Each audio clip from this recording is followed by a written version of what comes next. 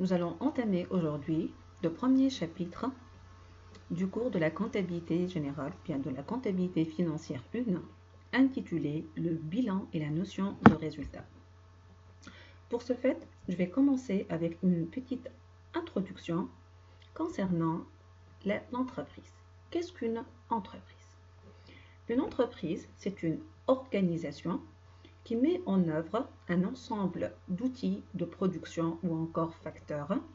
Ces outils sont de nature humaine, matérielle et financière. Pourquoi donc? Pour réaliser un objectif, principalement la réalisation de profits. Toute entreprise, elle interagit avec son environnement. Principalement, donc, on trouve dans cet environnement des partenaires. Les voici. Donc, dans cet environnement, on trouve les fournisseurs.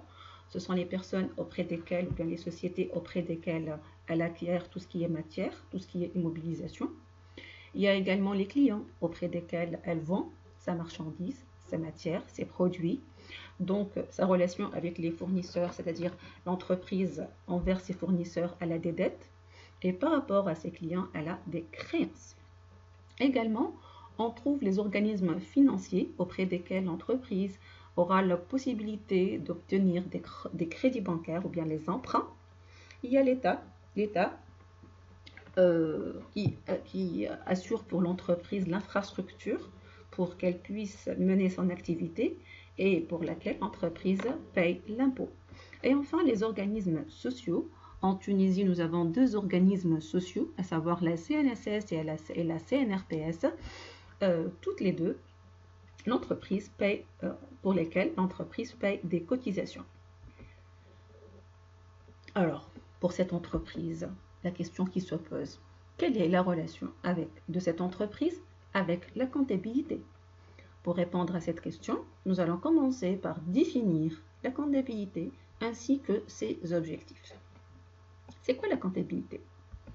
Alors, dans une entreprise, les responsables, que ce soit des propriétaires, les propriétaires, ce sont les personnes qui ont donc créé cette entreprise, ou bien les directeurs généraux. Les directeurs généraux, ce sont les personnes qui gèrent l'entreprise, cadre ou autre. Ces personnes, donc, en tant que responsables, ont besoin de prendre des décisions. Pour prendre des décisions, ils ont besoin d'avoir des informations sur l'entreprise et sur son environnement. Comme nous avons vu tout à l'heure, l'environnement avec ses composants et ses partenaires.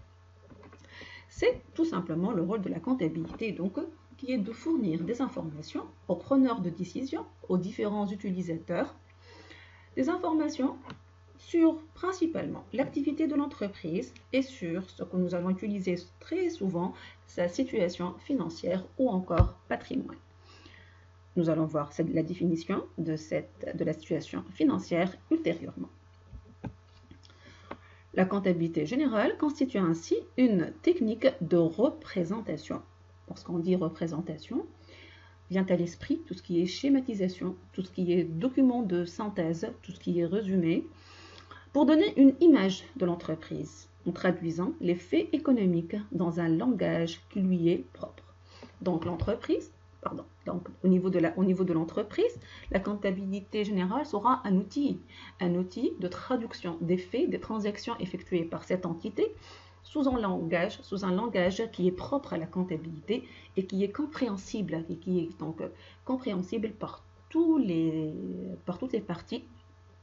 parties prenantes intervenant dans celle-ci, qu'on appelle les utilisateurs internes ou externes. Exemple donc d'utilisateurs internes de la comptabilité, il y en a les 4, les responsables, les dirigeants, les propriétaires. Et exemple d'utilisateurs externes, principalement c'est l'État et les banques. La particularité donc dans la comptabilité, c'est que on a besoin de définir une unité de mesure, c'est-à-dire les éléments que je vais inscrire ou bien comptabiliser doivent avoir plutôt une unité de mesure. Donc, en Tunisie, ça sera donc le dinar tunisien. Dans d'autres pays, ça sera éventuellement l'euro, le dollar, etc. Alors, revenons à notre entreprise, société ou organisation. Toute entreprise, tout au long de sa vie, qui est généralement infinie, Lorsqu'on crée une société, généralement, on dit qu'elle est créée pour une durée de 99 ans. Pourquoi 99 ans? Tout simplement parce que lors de sa création, on ne compte pas arrêter l'activité de celle-ci sur le court terme. Tout au long de sa vie, donc, elle opère ou bien elle entreprend des cycles ou encore des opérations. Principalement, ces cycles sont au nombre de 4, à savoir le cycle de financement, le cycle d'investissement, le cycle d'exploitation et le cycle de trésorerie. Nous allons les revoir un à un. Nous allons donc commencer par le cycle de financement ou encore les opérations de financement. Sans aller trop dans le détail, tout simplement, ce sont les ressources. Comment comptez-vous financer votre activité?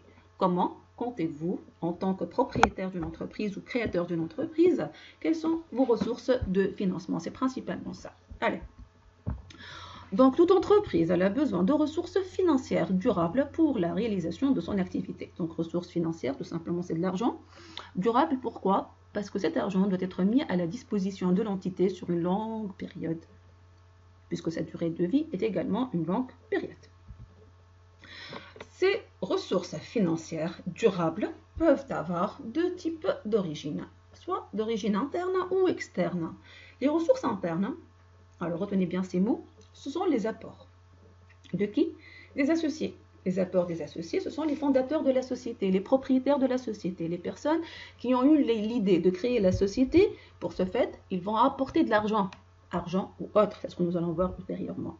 Les éléments apportés par les fondateurs, par les propriétaires, donc s'appellent les apports.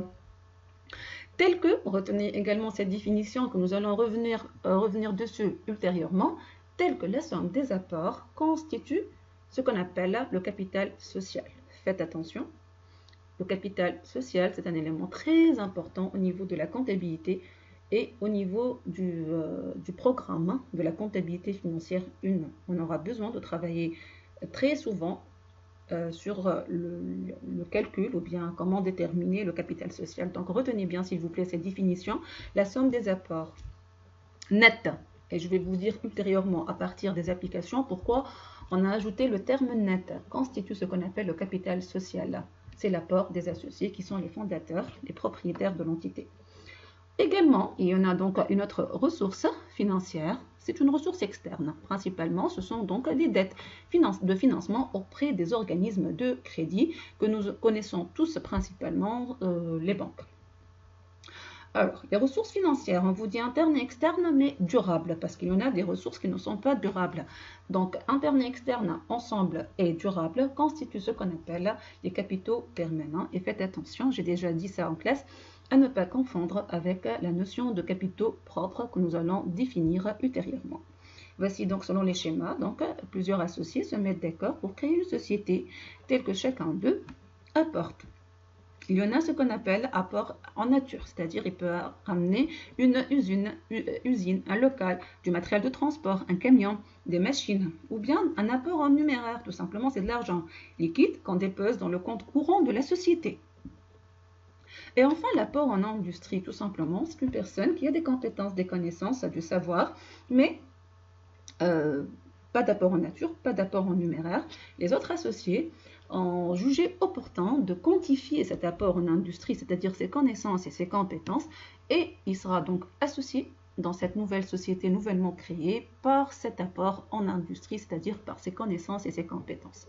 Donc j'insiste encore une fois sur la notion du capital social, c'est la somme des apports nets de tous ces apports, les trois catégories, donc nature, numéraire et industrie, apportés par les fondateurs ou bien les propriétaires de la société. On passe maintenant au second cycle ou bien à la deuxième catégorie d'opérations effectuées par la société qui est le cycle d'investissement.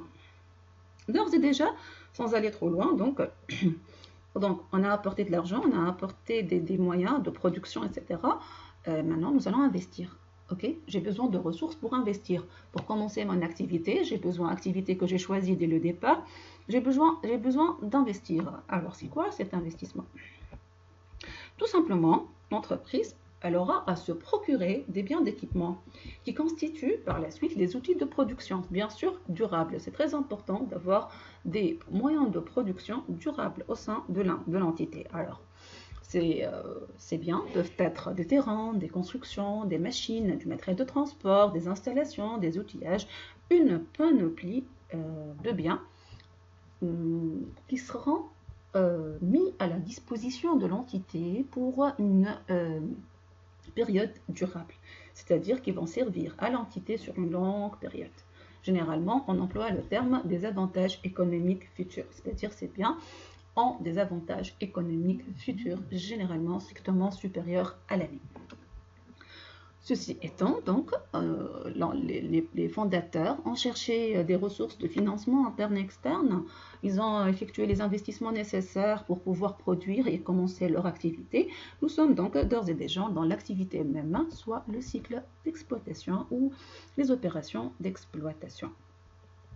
Alors, tout ce qui est autre que les opérations de financement et d'exploitation tout ce qui est autre, les opérations d'investissement et de financement constituent donc des opérations d'exploitation.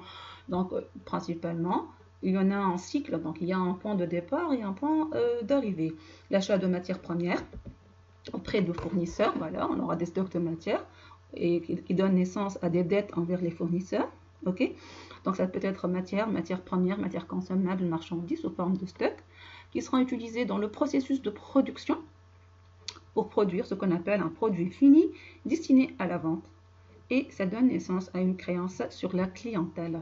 Je tiens ici à signaler que ce que je viens de schématiser ici, c'est un cycle d'exploitation propre aux industries, c'est-à-dire aux sociétés qui ont pour objectif une production.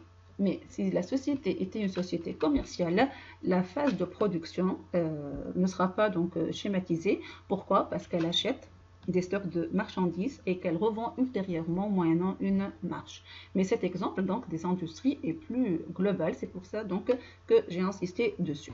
Donc achat de stock auprès des fournisseurs, production, vente de produits finis, donc qui donne naissance à des créances envers la clientèle. Par la suite, qu'est-ce qu'il y aura? L'entreprise elle aura des encaissements de la part de sa clientèle qui paye leur créance ou bien leur dette envers la société. Donc c'est pour la société, c'est une créance, mais pour les clients, c'est une dette envers la société.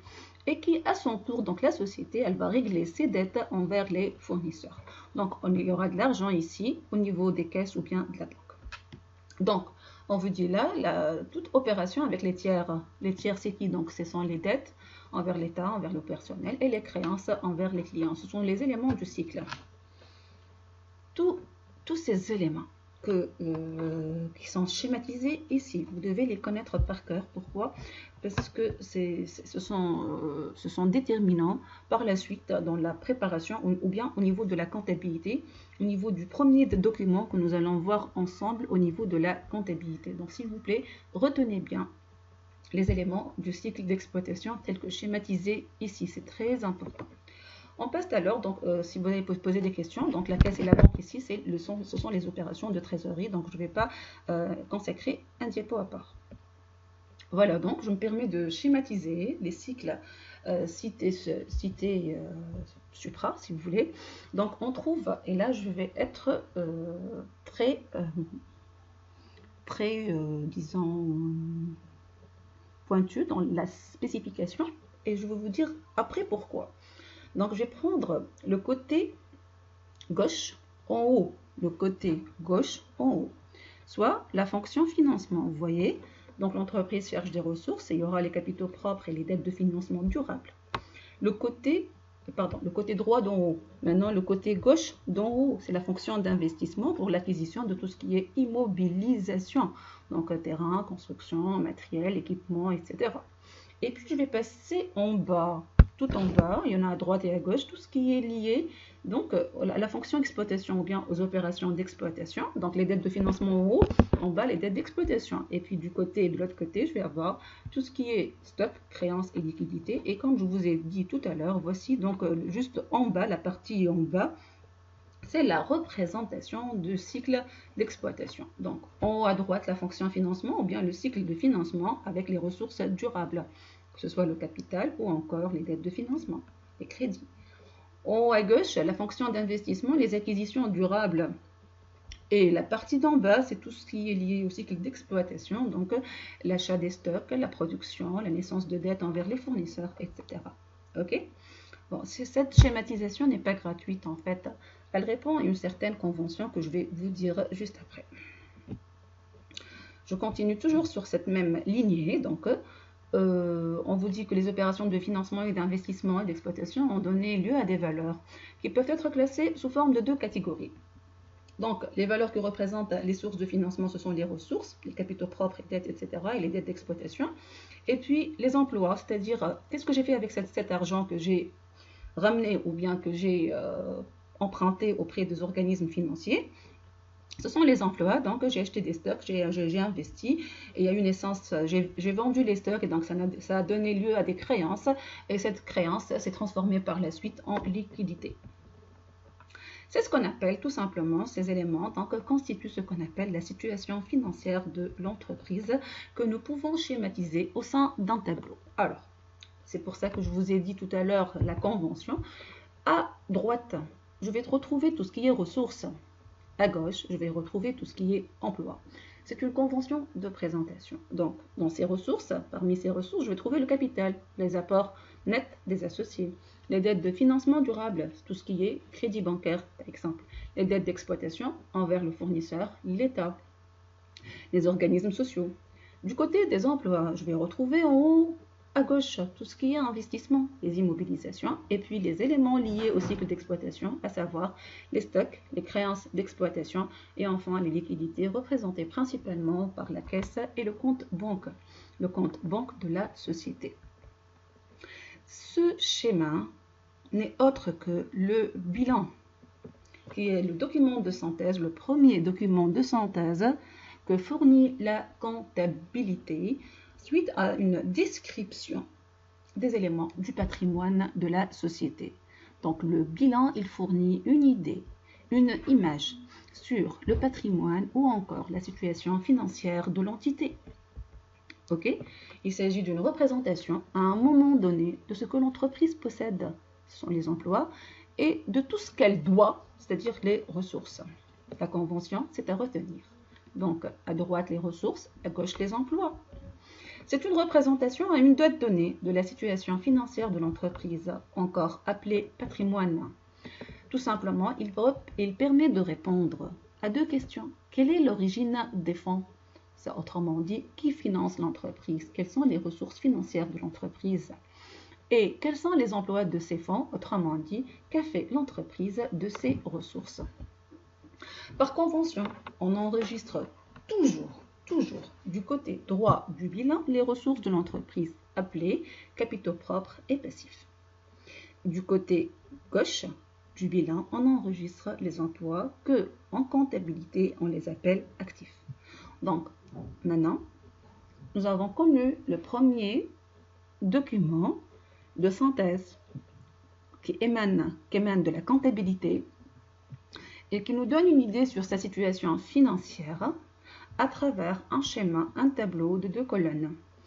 À droite, on trouve les ressources. À gauche, on trouve les emplois. En comptabilité, les ressources sont appelées capitaux propres et passifs. En comptabilité, les emplois sont appelés actifs.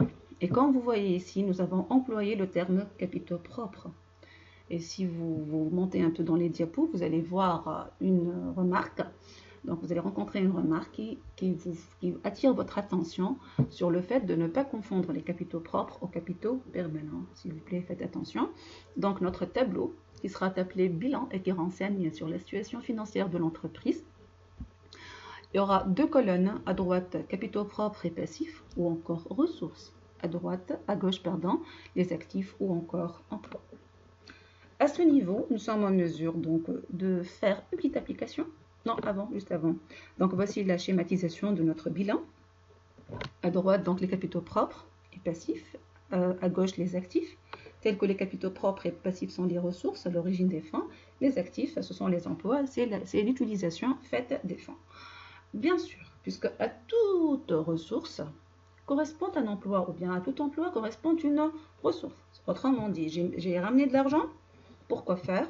pour créer une société. Donc, j'ai investi, j'ai acheté des stocks, j'ai vendu ces stocks. Vous voyez, donc, ceci nous permet d'énoncer le principe d'équilibre du bilan. À tout emploi correspond une ressource ou encore la somme des actifs, la colonne des emplois, sera égale à la somme des capitaux propres et passifs, soit la somme des ressources. Ça, c'est le principe d'équilibre du bilan, c'est-à-dire juste, si je vais sommer les actifs en bas, je dois retrouver la même valeur si je vais sommer les ressources donc du côté droit en bas. Ça, c'est le principe d'équilibre du bilan. Je vous laisse donc avec cet exercice d'application que nous corrigerons ensemble lors de la prochaine séance. Donc, des amis ont désiré de créer une société. Il s'agit là d'une société industrielle. Le projet, donc, il nécessite une somme de 180 000 dinars. Bon. Quelle est la répartition qui en sera faite? Ils vont acquérir un local pour 50 000 dinars, donc une construction. Ils vont acheter des machines pour 100 000 dinars et ils vont acheter des stocks de matières pour 20 000 dinars. Ce qui reste, ils vont le déposer donc dans le compte courant de l'entreprise, donc pour faire face aux dépenses de celle-ci. Cependant, ils ne disposent pas de la totalité de la somme nécessaire, c'est-à-dire ils n'ont pas toute la somme de 180 000 dinars. Ils auront besoin de faire appel à leur banquier pour financer le tiers du coût de projet. Autrement dit, si on divise les 180 par 3, on trouve 60 000 dinars. Ils vont apporter les 120 et les 60 000 dinars, le tiers restant, il sera financé par une dette bancaire, un emprunt bancaire durable. On vous demande là de tracer donc le bilan initial de création ou bien de constitution de cette société. N'oubliez pas, je vous donne déjà des indices. La somme des apports constitue ce qu'on appelle le capital social.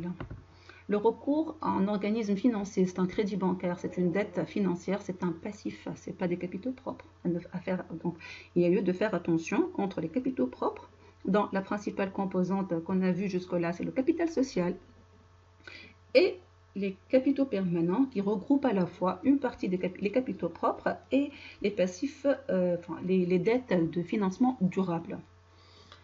De l'autre côté, je vais retrouver tout ce qui est emploi, c'est-à-dire les investissements effectués, les comptes de stock, les créances, ainsi que tout ce qui est trésorerie positif. Donc, on vous demande de tracer ce bilan, un tableau à 2 colonnes, pour connaître la situation initiale de la société. Je vous laisse le temps de réfléchir et bon travail.